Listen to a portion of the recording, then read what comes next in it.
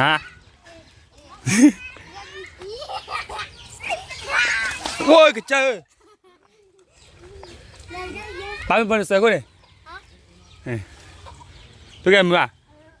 ซิมอนที่ป้าดูซิอ่ะซิมอนที่ป้าดูซิอ่ะฮะเว้ยขอเรียกก็ทราบละก็ซิมันได้ยังเอ๊ะซิมันดิเนี่ยที่ว่าได้พอที่ดอที่คิดดิกระปีเล่ๆนี่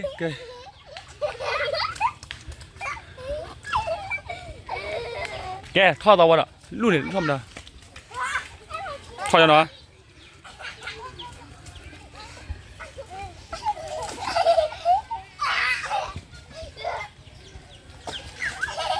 เจอขี้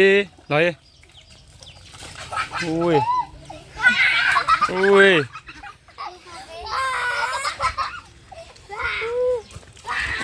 อุ้ย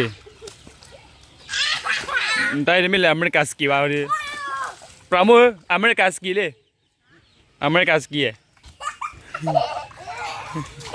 อุ้ย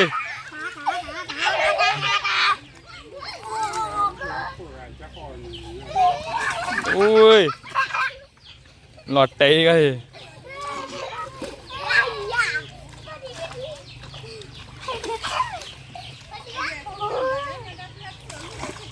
เว้ยกี่วะกันละซีข้าวอุ้นเหรอยอดเขาถอยเลยจะกี่วะเว้ยชื่อมันหน้ามันไหนนับมันยอดไหนมันหน้าที่วิ่งเลยเกิดใจทอบอลได้ดิ